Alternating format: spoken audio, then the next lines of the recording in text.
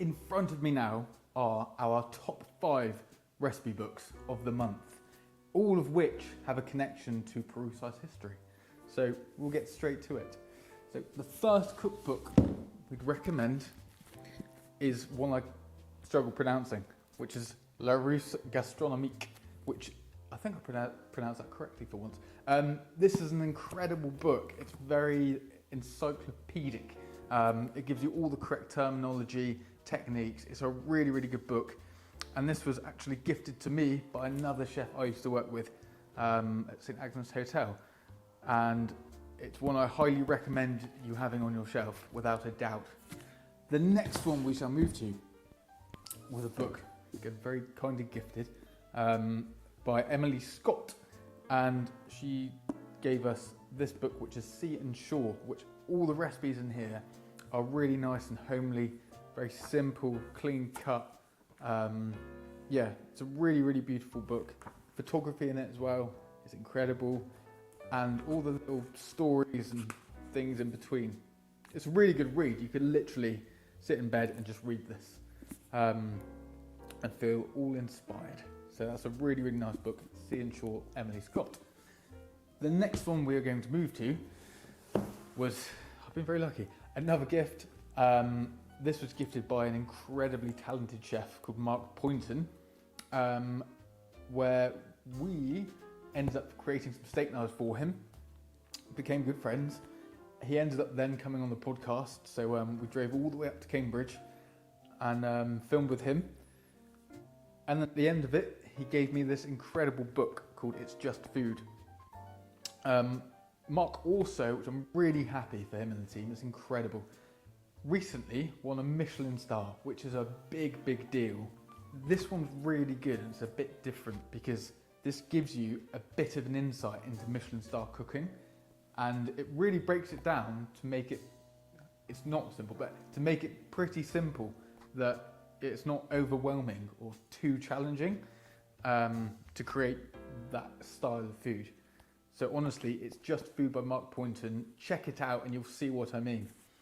The next one we're going to move to is a book by Daniel Galmiche, who was another guest on our podcast, which is Peru's On a Knife Edge podcast. If you haven't seen it, it's on our YouTube, so go and check it out. He is incredibly passionate and a true gentleman. We filmed with him at his house, and the second he turned up, he bought a load of baguettes and quiche, so we had that before we started. So that's a great way to, pre-recording. Really enjoyed myself. We then filmed the podcast, and his story of all the restaurants he's worked at and all the chefs he has worked with, I was absolutely blown away by. It's incredible. And he's also a bit of a regular on James Martin's Saturday Kitchen. So this is his book. It's absolutely beautifully done, called Chez. I can't pronounce it because I don't speak French. I should probably brush up on that. Again, cannot recommend this one enough. It's a really beautiful little book. Again, all very homely French classic cooking. It's stunning. And the next place we visited on the journey was Le Manoir Quatre Saisons, which for any chef is just almost holy, like that place and the history of it.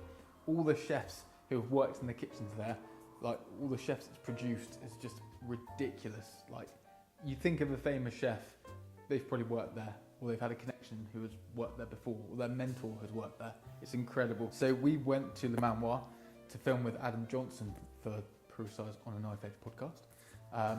And it was really interesting and inspiring hearing Adam's story. Absolutely loved it. Such a nice guy.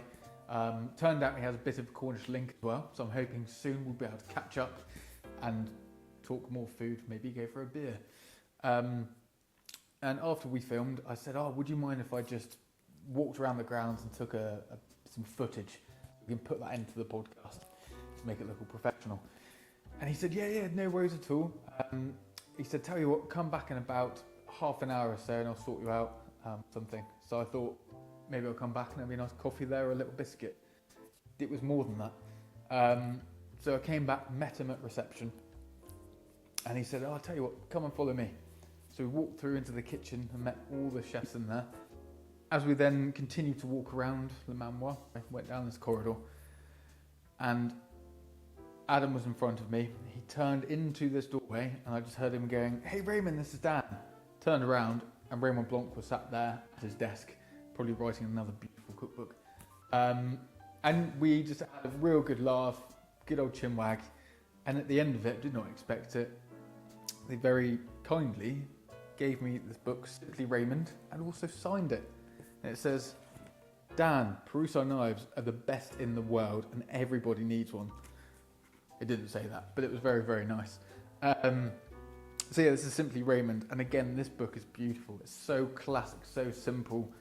It's really like good stuff to do at home, especially if you've got a family over. You want to create like a biggish like feast or something. It's a stunning, stunning book by a lovely chef. So, sorry, as I look at all these books, all these memories just start flooding back. Anyway, those are our top 5 cookery books of the month, all of which have a bit of a connection to Perusa. I hope you enjoyed that video. If you did, please like and subscribe. If you didn't, go easy on the comments.